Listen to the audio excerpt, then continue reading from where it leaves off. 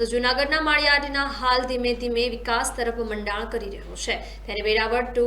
Bhavnagar train Maliya Hatina ખાતે આવી પહોંચતા ટ્રેન સાથે પાયલોટનું પણ કરવામાં આવ્યું હતું સ્વાગત। નાના એવા શહેરમાં સુવિધાઓ જોઈએ તો ઘણી છે, તેમજ માળિયા શહેરથી રોજ હજારો લોકો બહાર આવવા જતા હોય છે, પણ લાંબા અંતરથી ટ્રેન માળિયાહાટીના રેલવે સ્ટેશન ખાતે સ્ટોપ થાય તેવી માળિયાહાટીના શહેરના લોકોની ઘણા લાંબા સમયથી માંગણી જોવા મળી રહી છે, જેથી જૂનાગઢ અને ગીર સોમનાથના સંસદ સભ્ય રાજેશભાઈ ચુડાસમાના સક્રિય પ્રયાસોથી વેરાવળથી ભાવનગરની સીધી ટ્રેન શરૂ થઈ છે। ત્યારે ટ્રેન માળિયાહાટીના રેલવે સ્ટેશન ખાતે આવી પહોંચતા માળિયાહાટીના ગ્રામજનો અને આગેવાનોએ ઢોલ શરણાઈ સાથે વેરાવળ ભાવનગર ટ્રેનનું સ્વાગત કર્યું હતું। તો ટ્રેનના લોકો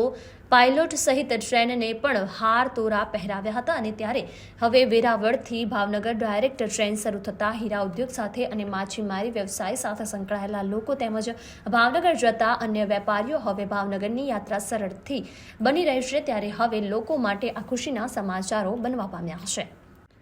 મહેન્દ્ર કુમાર શાંતિલાલ ગાંધી, પ્રમુખ સોરઠ રેલવે પેસેન્જર રક્ષક સમિતિ।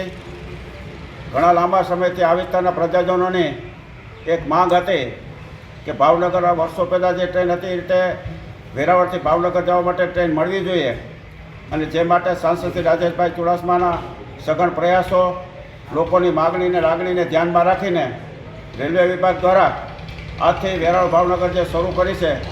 જેના ભાગરૂપે આજે માળિયાહાટીના તમામ પ્રજાજનો ઉપસ્થિત રહી અને ડ્રાઈવરનું, ગાર્ડનું, તમામ રેલવેનું ખૂબ ખૂબ ખરા હૃદયપૂર્વક હાર્દિક સ્વાગત કરે છે, અને આ માટે રેલવે વિભાગનો પણ ખરા હૃદયપૂર્વક આભાર વ્યક્ત કરીએ છીએ। અને પ્રજાજનોને પણ ખાસ વિનંતી કે લાંબા ગાળાની આ ટ્રેન આપણને જરૂરિયાત સમય મળી છે આવવા જવા માટેની, તેનો પૂરેપૂરો લાભ લઈ, પૂરો ટ્રાફિક આપે અને આ ટ્રેનને પૂરો ટ્રાફિક મળે ને તેનો લાભ લે એવી આ તકે અપેક્ષા, અને આજના તકે જેટલા લોકો ઉપસ્થિત થયા છે આ સન્માન કરવામાં તે સર્વેનો ખરા હૃદયપૂર્વક આભાર વ્યક્ત કરીએ છીએ, રેલવે વિભાગનો ખરા હૃદયપૂર્વક આભાર વ્યક્ત કરીએ છીએ અને સાંસદશ્રીનો પણ ખરા હૃદયપૂર્વક આભાર વ્યક્ત કરીએ છીએ। પરેશ વાડિયા સાથે લાઇટ 24 ન્યૂઝ, જૂનાગઢ।